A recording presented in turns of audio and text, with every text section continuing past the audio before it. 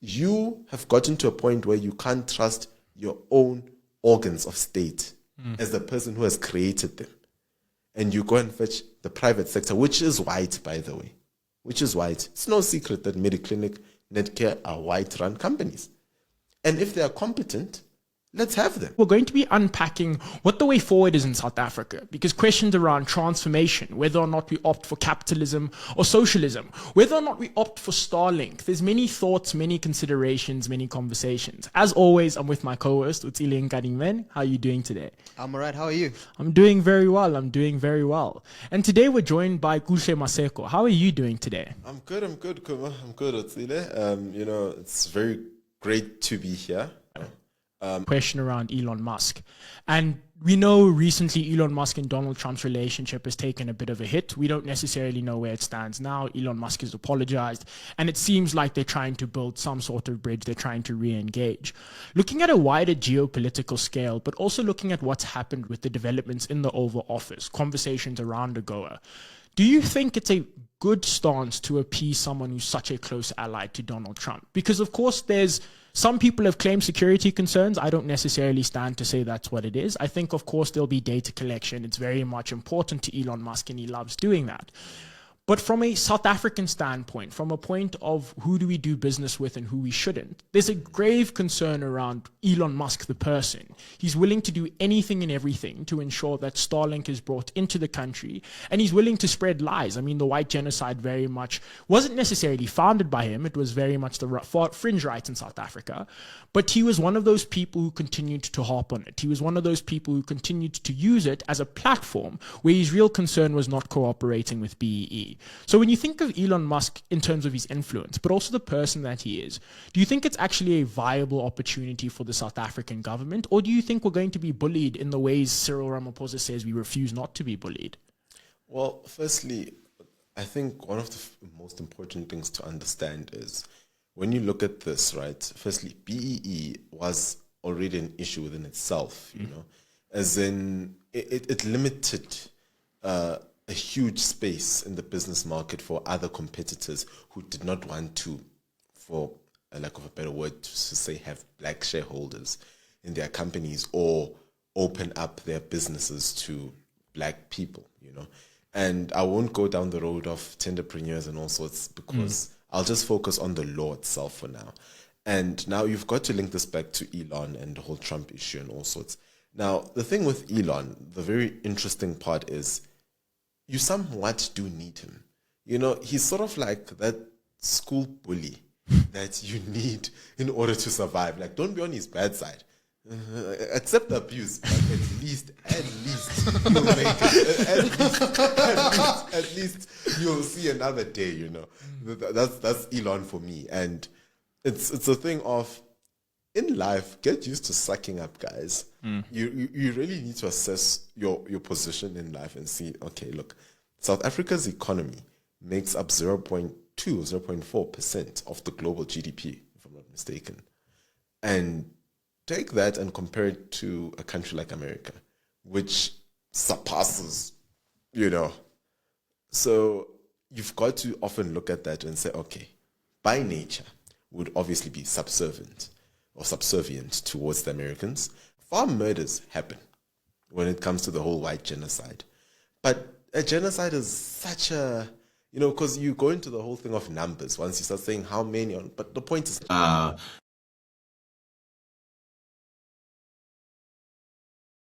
genocide. Yes, I acknowledge farm murders happen, cool, but it's not a white genocide. South Africa is a regressive country, a very racist country towards white people, a country that actually has gone around and turned around apartheid, and sort of subjected white people to some form of abuse. Yeah. I think what became very telling is, as everyone should remember, before he went to the Oval Office, or before President Ramaphosa went to the Oval Office, Elon Musk, I think, did an interview with the BBC, and he spoke quite significantly about the racism that's being imposed on white people in South Africa.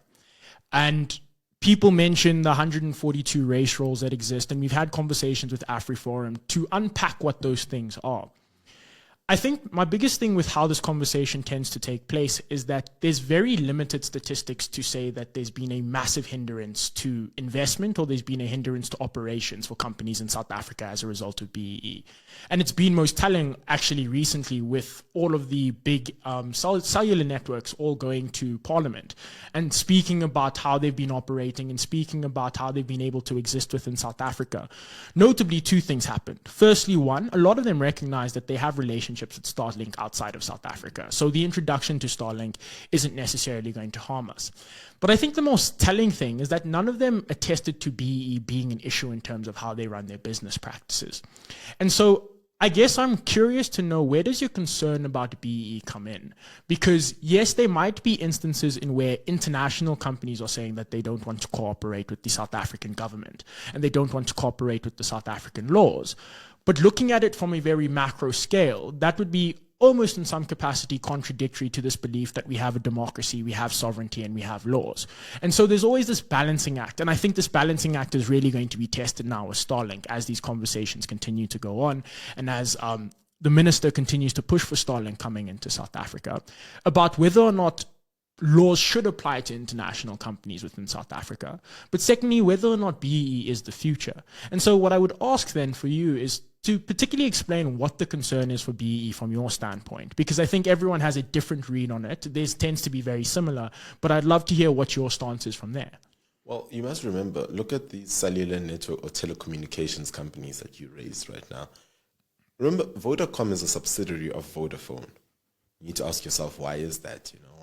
Why didn't they just set Vodafone here? Why do you have to create a little company to come and operate in another country? And it's around such issues.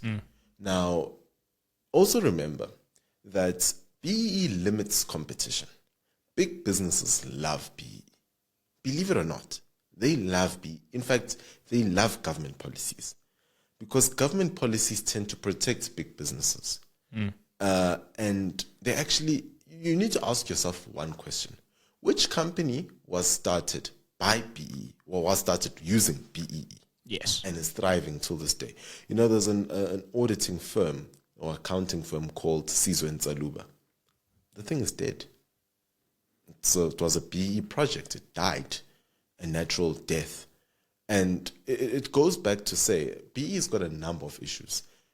Some people believe that its implementation is incorrect. I differ. I used to have that belief that perhaps it's implementation, but no. I had to sit down and actually do a deep study and analysis over BEE. And I'll start with some of the facts. BEE has costed South Africa 4 million jobs. And this is a study that has been done by the Free Market Foundation. We are good friends with them, Mr. David Ansara and the rest. It's costed about 4 million jobs. It's costed the South African economy 5 trillion rands. And now, if you look at that alone, take the 4 million jobs. Those are 4 million jobs that belonged to more black people than white people. So the same law which was meant to advance black economic empowerment by jobs, because by virtue of you having a job, you are part of the economy, has actually removed you from the economy. The same policy has actually done the opposite of what it was trying to achieve. Because you must remember, for white people, unemployment levels are very low. Yes. Extremely low compared to black people. So any form of improvement in the employment rate in South Africa will most likely be for black people. It will never be for white people. Just in general, and I'm coming to that from a racial perspective, because the law is a racial law in a way. Now, look at that way. Now, don't forget, what does BEE say to you as a young black professional? BEE says we have been, it's been 35 years of democracy, if you don't count 1994, because democracy, some people will count from 1990, arguably, because, so let's say it's 35 years, subjective. Now, those are, in 35 years, you've got 2 generations of people that have gone through the entire schooling system, because 18 plus 18 is 36. That means you've got two generations that have been able to complete from start to end, right? Now, you ask yourself, after 2 so-called or 3 generations, do all these people, and black people in particular, still need a cushion in order to be part of the economy? Because what BE is actually telling you is, oh gosh, Sandisa, we don't see you as talented. You can't run against John. So we need to create softer requirements for you. We need to just somehow pamper you so that you can just get in.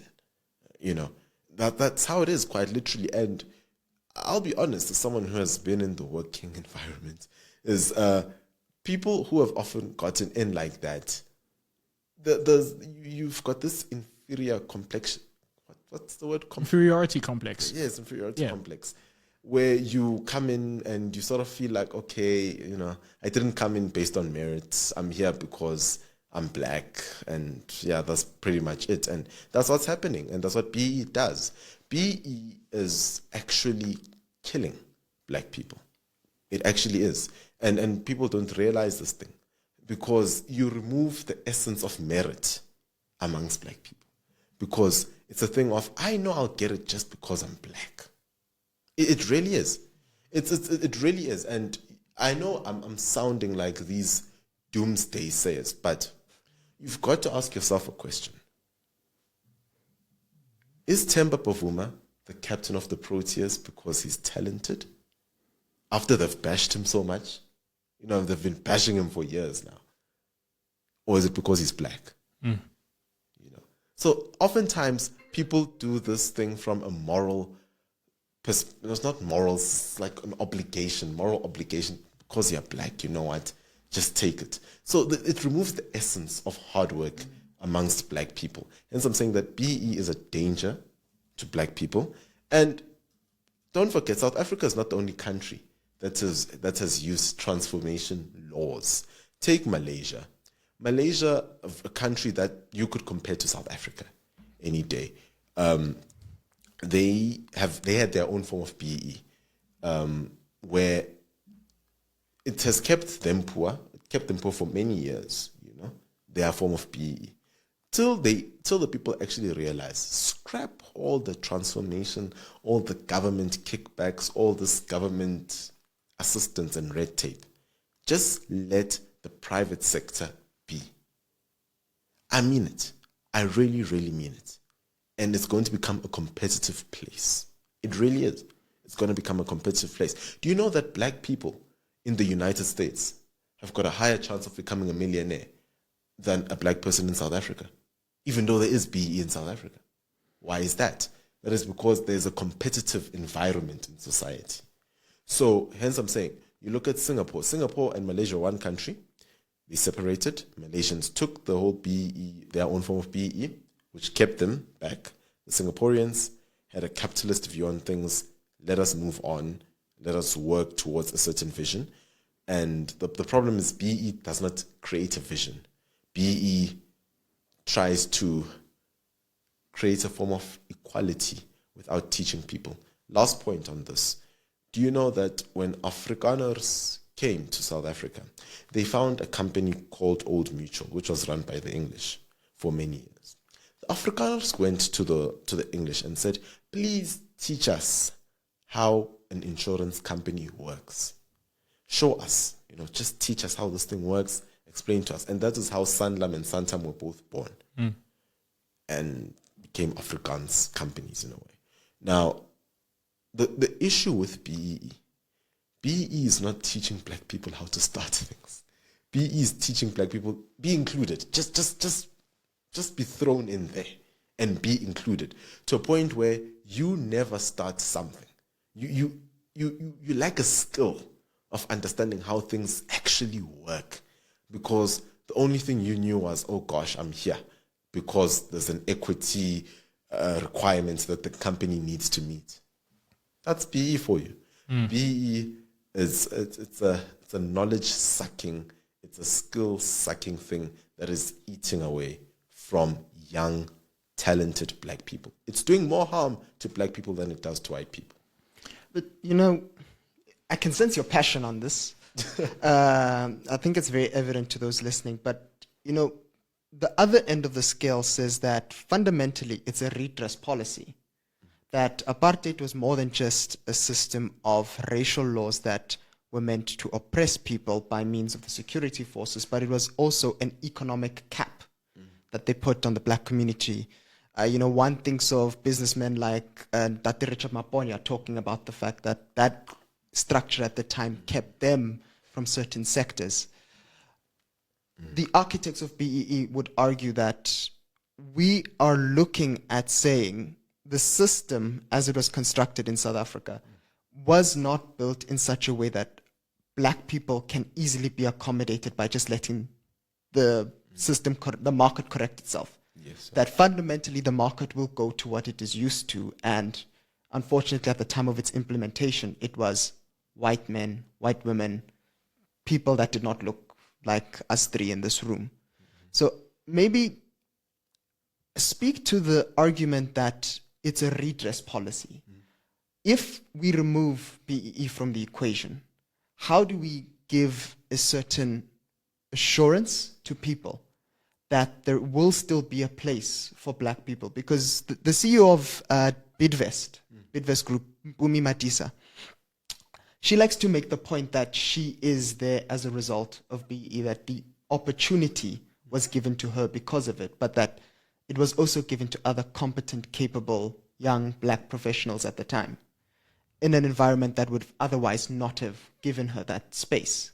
So maybe speak to those people that are listening to your arguments and makes sense on this point, but for the purposes of transformation and practical redress in a market sector that looks predominantly white, still 35 years, 30 years. I go 31 years. I don't go 36, but 31 years post the dispensation. Those young black professionals who are in the space and saying, yeah, we're here, BEE got us here, but still the space, we're pushing, we're working, but it's still not geared towards us. So, Otsele, I think such a loaded question, but a very important question nonetheless, is you ought, in life, you come across struggles and all sorts, but there ought to be a time where you've got to stop blaming your past for your present struggles. Like, there really does. You really ought to get to a point where you're like, oh gosh, it's been 30-something years now. I cannot be stuck in this mindset of, because Hendrik Verwoerd did this to my not to me, to my great, he didn't even do it to our parents, to their grandparents. This is why today I don't have a loaf of bread in my cupboard, because I'm referring to the fact that one is being poor. But now, understand this. Japan, after World War II, being bombed, Nagasaki, Hiroshima, 30 years. They take an economy that was downright bad, flat. In 30 years, it's part of the top 5 biggest economies in the world. Top 5 biggest economy. That's Japan. I can also quote the same for Germany and many other countries. Vietnam, same story. Communism, after 50 years, boom, thriving economy. Now, the trick is with South Africa. South Africa is a country with so much potential.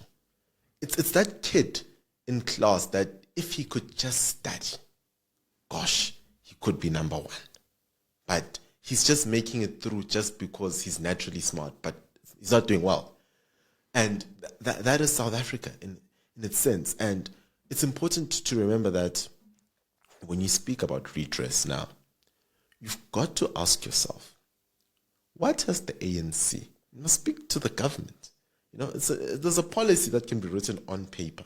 It's all well and fair. Good that the policy is there, but what is it doing? What is the ANC doing for black people when we speak about redress? A real question. What are they doing for black people? During apartheid, there were schools, right? Bantu education. But one thing about the apartheid government, there was no container school. There were no, the container schools that are being built here in Gauteng. These actually started within this new administration, the post-apartheid administration of the ANC. And I'm not defending apartheid regime and saying, oh, they loved black people. No. What I'm trying to say is the ANC have failed black people. The ANC continue to abuse black people. And the ANC also, they are like that boyfriend, abusive boyfriend, that buys you flowers after slapping you, and then you think that they love you. But it doesn't change the fact that he hit you. And that is the ANC. Because you've got 30 years, you've got to ask yourself, real question. Unemployment is spiraling out of control. You've got an NYDA. These, by the way, NYDA is not a racial thing. It's a youth-driven, National Youth Development Agency. Yes. It's a youth-driven organ of the state. Now, ask yourself, because it links back to representation, which is BEE and all sorts. What is it doing? The NYDA, ever since its inception, do you know that youth unemployment has been increasing? Ever since the NYDA's inception, has been increasing. That is like starting a GPV help desk, but GPV keeps on increasing. And then you're like, South Africa. Yeah, you're like, but what are we doing? What is it that's wrong that we're doing? Because it doesn't make sense. You've got to ask yourself, and that's the thing with South Africa. We are so stuck in this thing of representation, and representation matters. Yes, to a certain extent, it really does. When the majority of the black population doesn't make up the majority of its economy, it's sort of like it's not even a thing of representation. It's a thing of, doesn't this become a national security risk when the majority of the people don't own a share of their own economy? Yes, but also must remember, that is fair, but I wanted to quote the JSC. Yeah. You'll know 30% of the JSC listed companies have now got black CEOs, which is huge progress compared to 31 years ago, where there was no one. It was just Danny Basson and whoever, I mean, the most Afrikaner name I've ever heard. Danny Basson and a couple of other brews, who were the CEOs. Yaputs. Exactly. Yeah. Now, there's Sim Shabalala at Standard Bank doing a fantastic job. Love him. And there's many black professionals that are coming in. And it's to ask yourself, you see, and I'm going to attack BE on this thing. BE is not creating companies. My thing is, I would never fight with BE if it was going to create businesses. Honestly speaking, I love black entrepreneurship. I will be there. I will carry that flag and wave it. I'll even go to my podcast and sing for it. But BE is not encouraging creation of businesses. It's encouraging the inclusion of black people in an existing business. In an existing business. Understand it. Two different things. In an existing business. There's a huge difference here. And oftentimes, BE does not reach you and I. Yeah. It reaches a connected few. Yeah. BE, according to a study by William Gumede, biggest flaw. In 2009, he started in 2009. He says this thing has enriched just about 100 people, not more than 100 people directly. And they've siphoned about 1 trillion rand from South Africa's economy. So what it does is it catches someone's friend, some ANC cadre, whoever it is, who does not understand how business works. He makes 3 phone calls, and that's how it keeps your business alive. That's BEE. Hence, I'm saying that cut BEE, cut red tape. Small businesses, you need to watch. There's a Department of Small Business now. So basically, there's Treasury, you've got Treasury, Finance, Small Business, go on and on and on, DTIC, blah, blah, blah. Don't you guys ever sit and ask yourselves, what are they doing? like, don't you ever just sit and, because government and BE guys, like, I can go on and on. You touched on such a touchy topic. Yeah. The PE creates redundancies or redundant organizations in South Africa. It really does. Why is there a DTIC? Why is there a small Department of Small Business and Enterprise? Why is there? Because oftentimes you're like, this could have just been one department. It didn't need for so many people and so many hands and all sorts. But oftentimes, BE ought to achieve that. BE, I'm an IT professional, by the way. Yeah. And in information systems, which is the study of IT, the main thing is to cut out people. That's your main objective. Cut out people to make things cheaper. BE is anti that. BE is include hundreds of more people, even if it means that there must be someone that just signs the paper. But oh gosh, just have him, because it's going to create jobs. One of the great American philosophers got to China, and he asked, when China was still a very rural economy, he says, why don't you guys have machines in China? He says, you guys are still using shovels for farming. And then the Chinese government says, the Chinese president at the time says to him, look, if we have machines, it's going to kill jobs. And then he says, well, then you might as well give these people spoons. Hope you got that. Yeah. But exactly. So it goes to those things that BE is just such a... Yeah. I want to draw back a bit, right? Because I think there's interesting examples that you've used that I think I'm interested to unpack, right?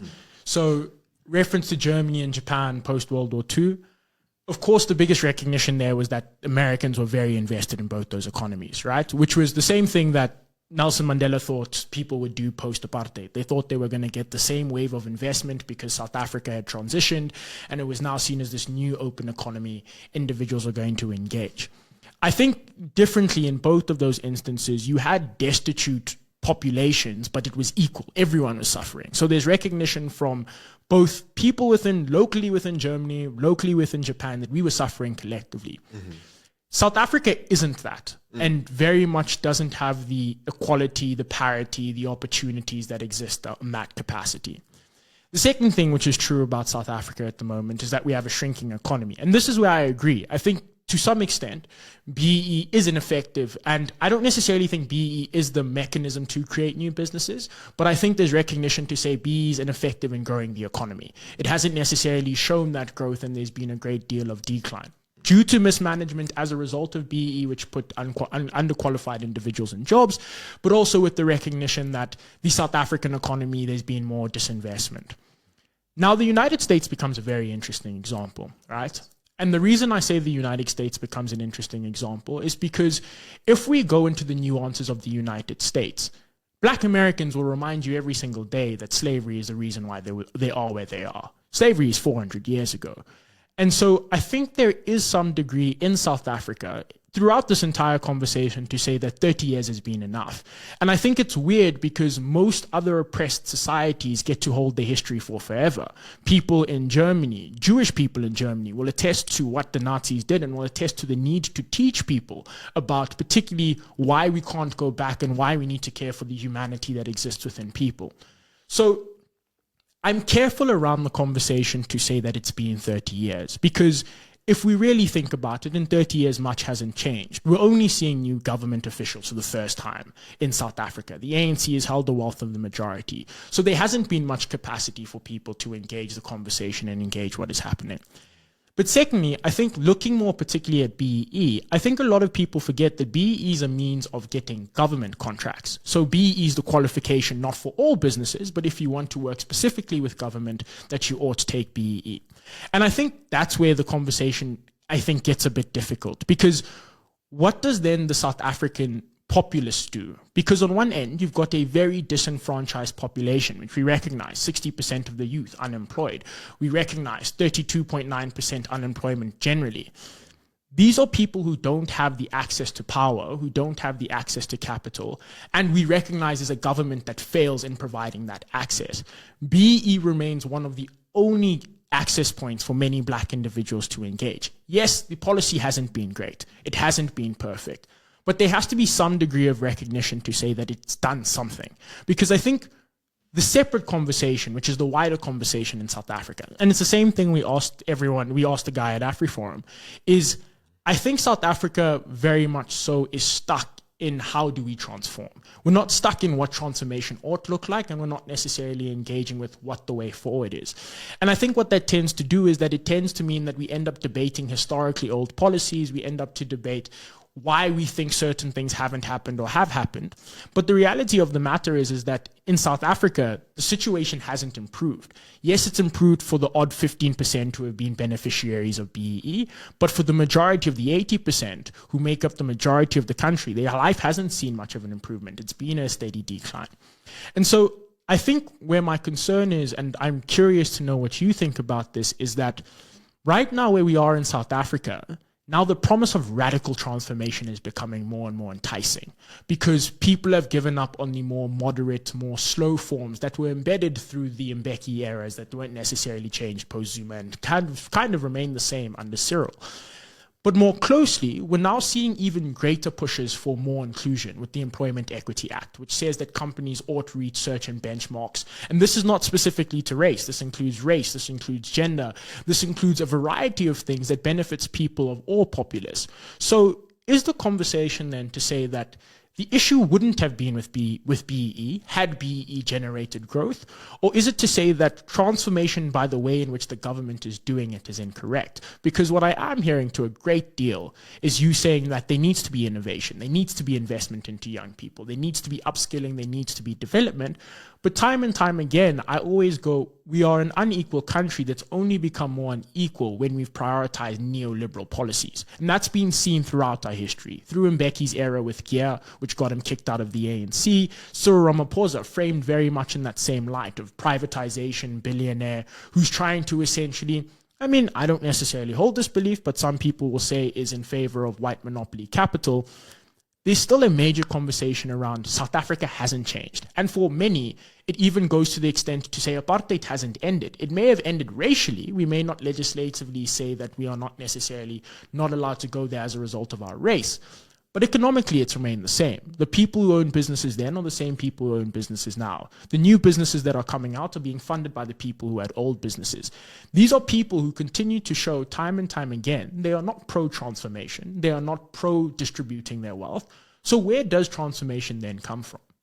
So, okay, you say quite a lot. Now, when you say pro-distributing your wealth, any person, it's like if you have money, there's no saint that often just says, here you go, take, have money. You never worked for it, but just take it. We'll see how you do it. Just take. And I'm going to link back to that in the same answer. Now, the issue with these transformation laws or equity laws and all these beautiful things that have been created in our president's infinite wisdom is oftentimes they are advertised to black people as the thing, as we are killing white supremacy. It's literally it. When Bella Bill was advertised, it was, we are killing Afrikaans. Kids, both black and white, will study in the same school, study a language and language of the area, blah, blah, blah, blah, blah. It's how it was advertised, honestly speaking. It was not advertised from a point of, oh gosh, look, there are some things in the Bella Bill which, like everything has got is good and bad. Everything. But the Bella Bill was advertised like that. Hence, you will remember, AfriForum said this is an attack on the Afrikaans language. If you remember, the Bella Bill, they used it. They said this is an attack on the Afrikaans language because that's how it was being marketed. It really was being marketed that way. It was being marketed as a form of equality. That okay, white people gone, the war school is a thing of the past. Now we'll have whatever, and we'll all learn. If the place is English, we'll learn English. If it's Sotho, we'll all learn Sotho. That's billable. Now, the thing is, with all these wonderful transformation policies that the ANC brings about, whether it's NHI, whether it's EWC, blah, blah, blah, blah, blah, they harm black people more than they harm white people. Like, people don't understand this thing. White people have got the means to pack up and leave South Africa today. Most of them. Most of them. Trump has given them an open card as well. Come. Others have got dual citizenship. They've got ancestry to go back to England if they want to. And once they do that, who's left with the mess? It's us. Because it is a mess. You can't lie and say, no, it's not a mess because somehow we're also being included. No. Understand it for what it is. You've got a system now, like I was saying, Bella Bill. You know, one of the dangerous things in the Bella Bill Act, one of the most dangerous points there, that harms black people the most. There's a part that speaks of the inclusion of, so, you know, you've got illegal immigration in South Africa, which is obviously a huge talking point. Won't go into that. But what obviously, when you've got illegal immigration, you've got a child that comes from these parents, right? Because it's nature. Now, the law allows for that child of an illegal immigrant or illegal immigrants to register in schools. And by and large, most illegal immigrants happen to be black Africans. Yeah. So chances are they will not go and register to go to war school. No. They will register to go to Mamelodi Comprehensive Secondary School, where it is 100% black, where there will be, and I kid you not, it's not my views. These are what people are saying. There will be a Sotho woman who will say, my child does not have a space in school because of 1, 2, 3. And then you link this thing back to the Bella Bill. Do you remember when Panyaza Lisufi told a group of grannies that NHI will allow you to go into Mediclinic and just walk in and get healthcare? I'm waiting to see who of them have gotten in. And no one speaks about it. These politicians take these laws. It's false advertising, guys. It really is. It really is false advertising. You take such a law and you sell it as poison, you know. And the thing is, when you sell it to black people, you sell it as if we're trying to get at white people for what they did during apartheid, which is another conversation. And black people will more oftentimes will buy into the bait and say, we are 1, 2, 3.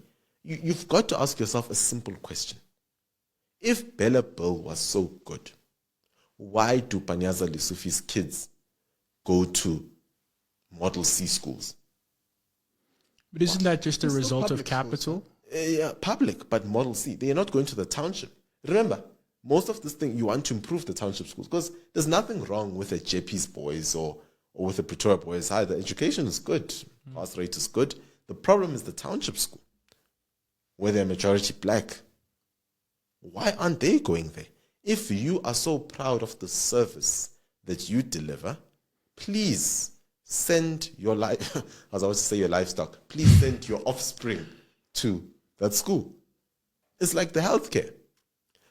If the minister and the MEC of health or MMCs go down to local government, if you are so proud, let us scrap medical aids for you. Scrap medical aids. Let's not even have NHI. No, just scrap medical aids. You go to the hospital because it's your work. It's like you saying, I cooked the food, but oh gosh, you know, I'm not going to eat the food that I cooked. Yeah. Why don't you go and consume your own products? Why aren't they do you know MPs in Parliament which voted for the NHI have got their own medical aid? They voted for they've got their own. Why don't they stop their own? If they believe in their conscience that this NHI is the way to go, the first thing, the obvious first thing would be, okay, guys, let's cut our medical aids. Number one, we're wasting money. We believe that the state knows how to run hospitals. We'll go to public hospitals. But no, they don't. They don't.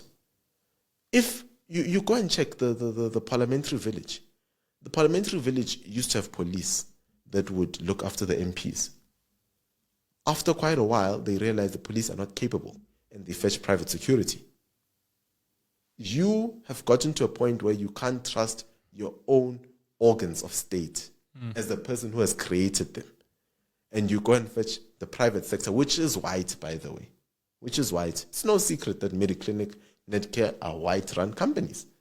And if they are competent, let's have them.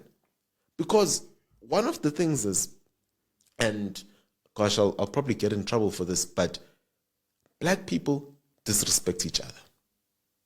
We really do. We lack respect for each other. You know, a black person does not mind watching another black person a black nurse does not mind watching another young black woman who's pregnant sitting on the floor of a public hospital and do nothing about it. In fact, it becomes an irritation to them, as if we have a shlupa that no, you are disturbing them. But take the same black person to a private hospital, and even if there's another black person in the private hospital, they'll have respect based on the fact that there's money involved now. So basically, what I'm trying to get to is these politicians create a society where they want you to hate white people. You blame all your misfortune on white people and on. Do you know the schools that are Model C and in suburban areas, like take Pretoria Boys High?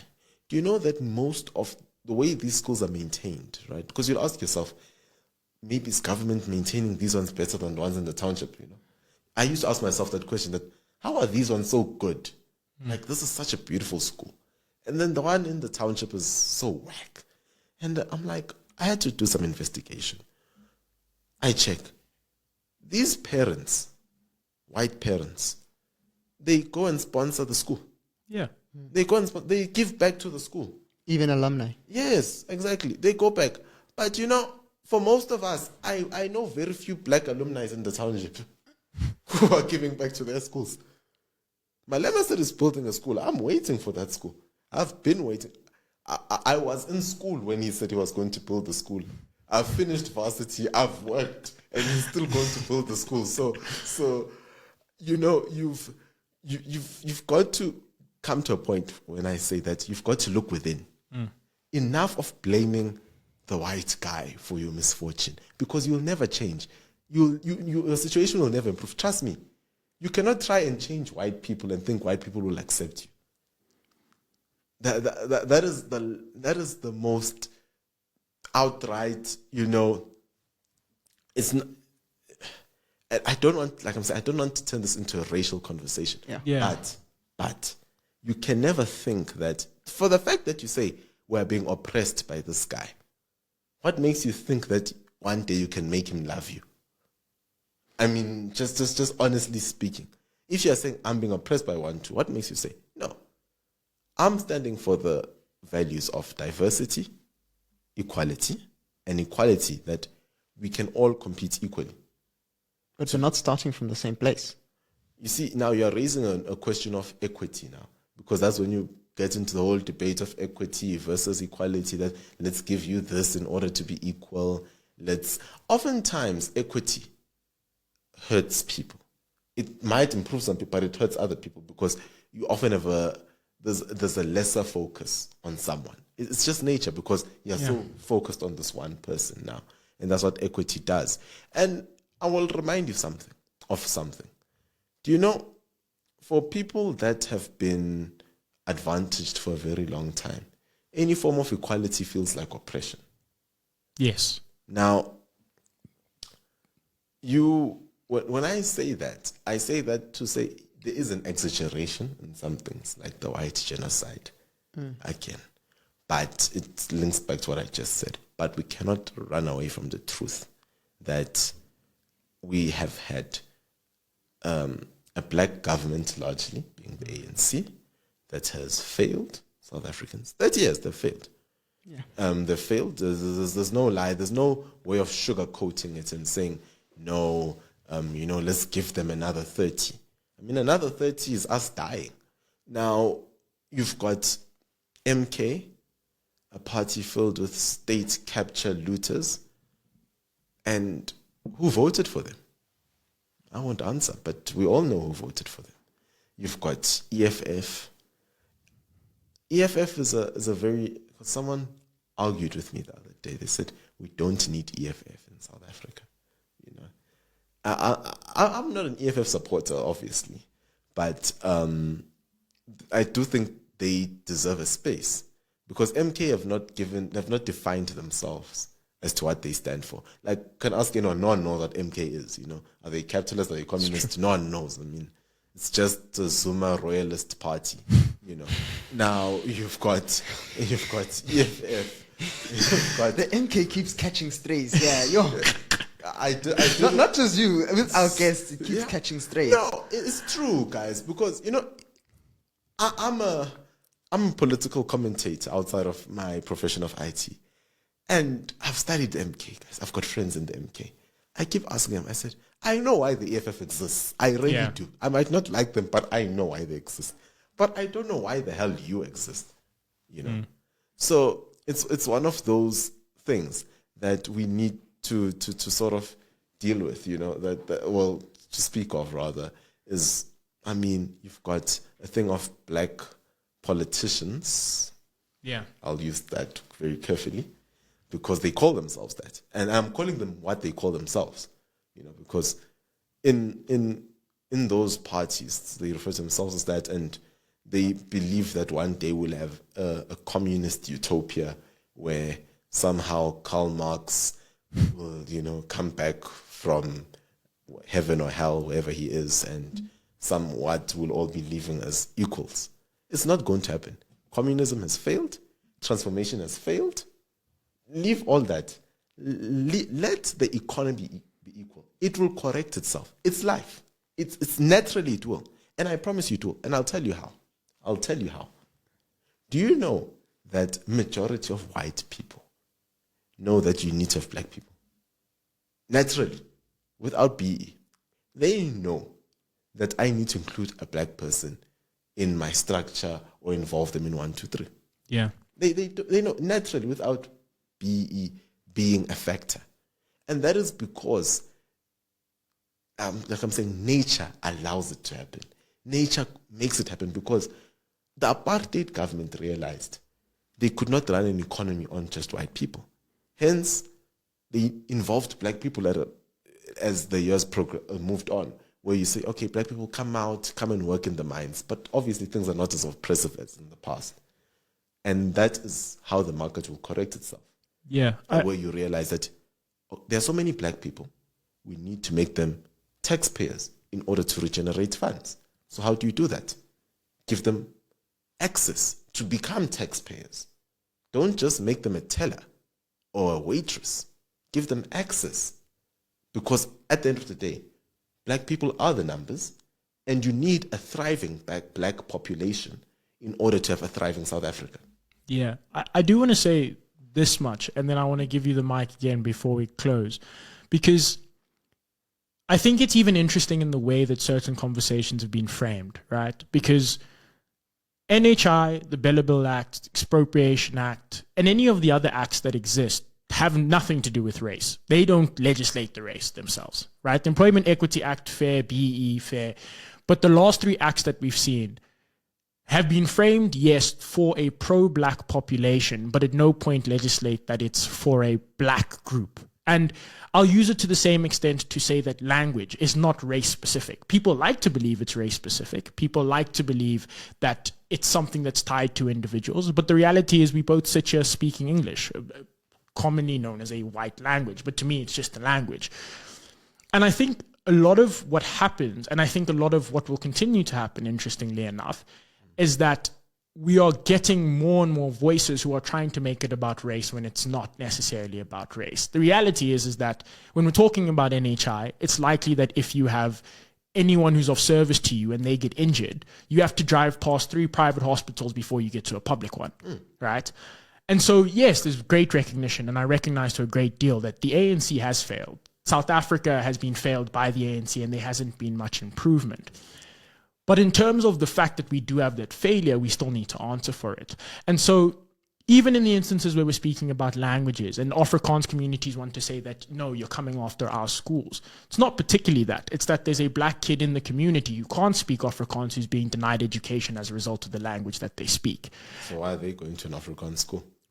No, because it's the only school in the area. Oh, okay. So a lot of the time, what we don't recognize is that most of this conversation stems from resources. Most of this conversation stems from the fact that you are able to then have old boys who were able to benefit during apartheid, who are able to give back. We all know that black people don't just have necessarily their family to take care of. That extends significantly more to things such as black tax. We know that the pressures that exist for black people are significantly more because they're carrying more of the population. So when we talk about a lot of these things, I do feel like sometimes we discredit the value in resources in and of themselves. Because if people had resources and if black people had resources to that extent, we wouldn't see things such as corruption. We wouldn't see individuals stealing grants, because all of that frames and comes from the basis that individuals lack resources, require resources to survive. And this is not me defending corruption, because I think it's absolutely abhorrent in terms of what's happening in South Africa. I just think that my concern is that what ends up being done is that we put it as a race versus a race thing versus then a genuine humanity thing, which is to say, if a kid was without education, let's give them education. If a kid's without healthcare, let's give them healthcare. Yes, we can point at the top level politicians. We can point at the people who vote on these policies, but those aren't the majority of South Africans. But, I like your school example, because you just ask a question of how many black kids, right? Because I'm guessing if you're speaking of an Afrikaans school, it would be more black, because colored people know Afrikaans largely, so you can't really include them. It's to say, okay, out of the black kids, there are going to be those that know Afrikaans at an Afrikaans school because they've gone through the system. Then maybe there's one or two that really just struggle. And it goes back to the question of, I'm just honest. I'm like, why did you send your kid there? I mean, because there are private Afrikaans schools. They really are. They exist. I'm like, I personally wouldn't send my kid to a school where it's like a vendor school. I don't speak vendor. I can't teach you. I cannot assist you in vendor. I honestly can't. So for me, hence I'm saying that we sort of take it out of context, and we've got to look at the majority that, okay, this has been a war school, cool. But I want to take it to what you're saying. This is a fight between communism and capitalism. Tell you one thing. Capitalism sells you a dream. Sells you a dream of self-independence, sells you a dream of self-determination and success. Communism does one thing. It taps into your struggle. Hence, it's very easy to resonate with communism.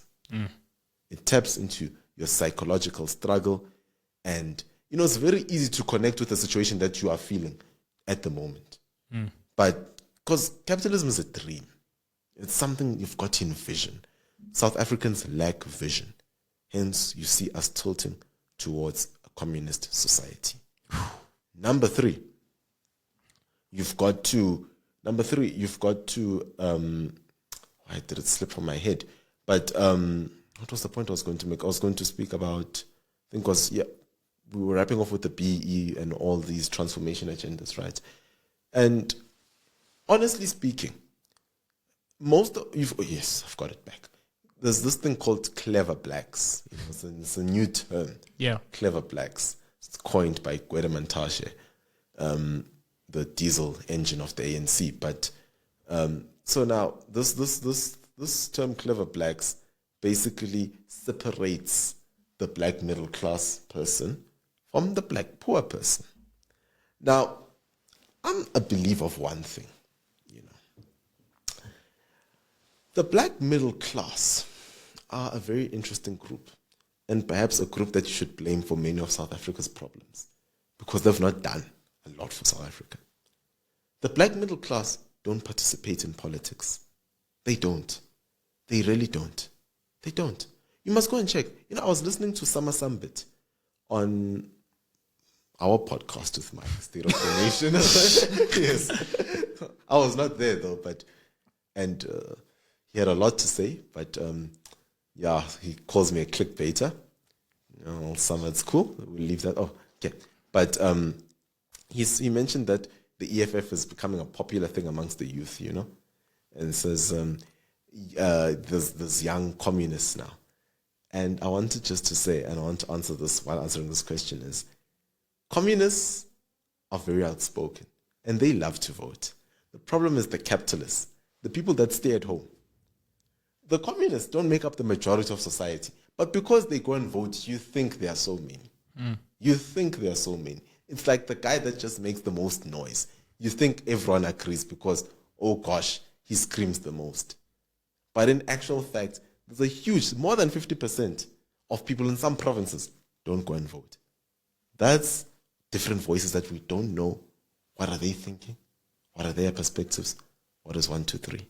And I guess because we're wrapping up the show, and I'll share this here because I'll also share it on another podcast soon, is I have raised my hand to stand as a candidate. I'm going back straight into politics. Wow. Yeah, I've raised my hand to stand as a candidate under the DA, which means people won't think I'm neutral, obviously, but yeah, I'm raising my hand for that, and yeah, that's for next year's election, and we'll see how that goes. Ooh, okay. I want to wish you the best of success in that, and hopefully we get to have you on as a mayor next time. I want to say thank you very much for this conversation. It's been very fruitful. Learned a lot, and I actually think there's a lot to think about. And to everyone else out there, to all the Born Free listeners, please don't forget to like, share, and subscribe. And as always, this is Born Free. Thank you very much.